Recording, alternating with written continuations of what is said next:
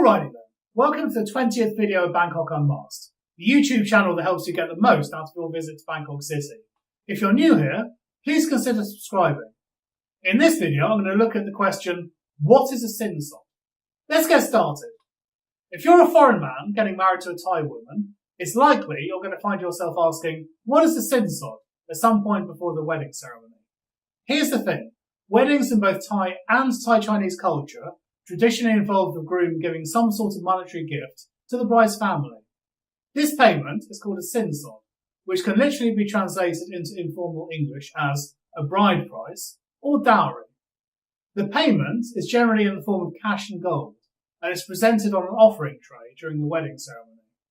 From my understanding, it's intended to be a way of showing appreciation to the parents of the bride for having raised their daughter right, and as a form of compensation from losing someone who can help with the household duties.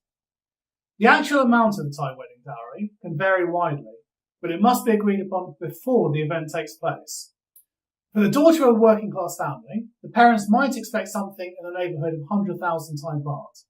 If your bride belongs to Bangkok's high society, then the amount can potentially be in the many millions of baht. There is no set-in-stone rule for Sin Sod. Some families won't ask for one at all, especially if they're more modern thinking. In some cases, the money is used for show during the wedding ceremony, and then partially or fully returned to the couple afterwards. And then in other cases, the in-laws will ask for a large Sin Sod and quickly spend it all on alcohol and a new car for themselves. You really won't know what you're expected to offer until the conversation takes place with your future bride's family. From what I've seen firsthand, disagreements over Sin Sod can sour a Thai foreign marriage before it even gets a chance to blossom. The foreigner often feels uncomfortable with what he perceives as buying his Thai wife from her parents. To give this issue some balance though, in rural Thai villages especially, the parents risk losing face in the community if they're seen to give their daughter away without a Sin Sod. That said, some foreign son-in-laws really do get played and are pressured into paying a Sin Sod far higher than market value by greedy Thai parents who fail to realise, or don't care, that creating an air of resentment at the start of their daughter's married life doesn't bode well for the long-term success of the union. For me, the idea of giving money to my fiancé's family before we're married is quite out of the question and against my Western views. Some people argue that it's a tradition, but I disagree. I would argue that in my country, the bride's family were traditionally supposed to pay for the whole wedding, and why should everything have to be done the Thai way? What about my values? As an aside, I got married to my wife at the Christ Church in Bangkok to both make my family happy and try to establish context that not everything was going to be done the Thai way. I think that the key here is to let your fiancé's family know that you're there for them and will look after them, and most importantly, their daughter. Before I close this blog post, I have a handful more thoughts regarding Sin Sod explained, in no particular order. Number one, there are many examples where Sin Sod has been abused by a bride's family, and it's not just foreigners who get taken advantage of. I've seen plenty of examples where, in my opinion, Thai men have been horrifically rolled over.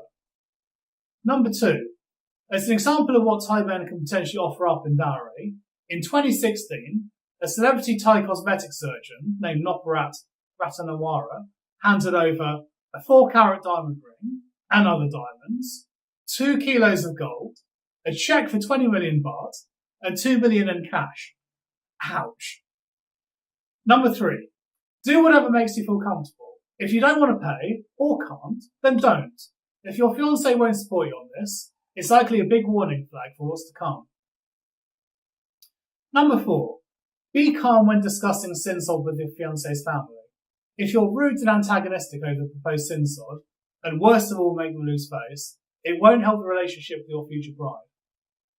Number five, be very careful about giving in to demands for money. If you're seen as a soft touch, it's likely it's going to be the start of a very expensive relationship with your future wife's family. Number six, in some cases, you can take the amount asked as how much the family likes you, or give insight into how stupid or rich they think you are. Here's the thing, if your fiancé came from a bar, or has children from a previous relationship, you shouldn't pay much, or anything in fact. Sin Sod is really for pure girls, i.e. one who is a virgin, or effectively unused. This might seem crass from a Western point of view, but this is my understanding of how the Thai look at things. Number 7. If a girl has a university degree and has had an expensive education, it's likely you'll be asked for more money. Number 8. Related to thought number 6, it's up to you, but I'll strongly advise against marrying bar girls. While some relationships do work, the odds of things working out over the long term are staggeringly bad for a whole host of reasons. I might explore this topic in a future vlog post, but suffice to say that most men likely wouldn't marry, hopefully, ex-prostitutes in their own country. So I don't get why it suddenly makes sense to do so in another country with a wildly different culture. Anyway, that's it for this video. I hope it helps answer the question, what is a Sin Sod? And helps go some way to resolving your Sin Sod 2018 problems. Expect a new video shortly. It should be posted in about a week or so. For all you techies out there, this video was shot on a Samsung Galaxy S8 Plus and edited using Informal Express. Finally, please don't forget to subscribe to this channel through the button below. Also, if you have any comments on this blog post, please do write something in the comments section. Thank you very much for watching. I'll see you next week. Goodbye.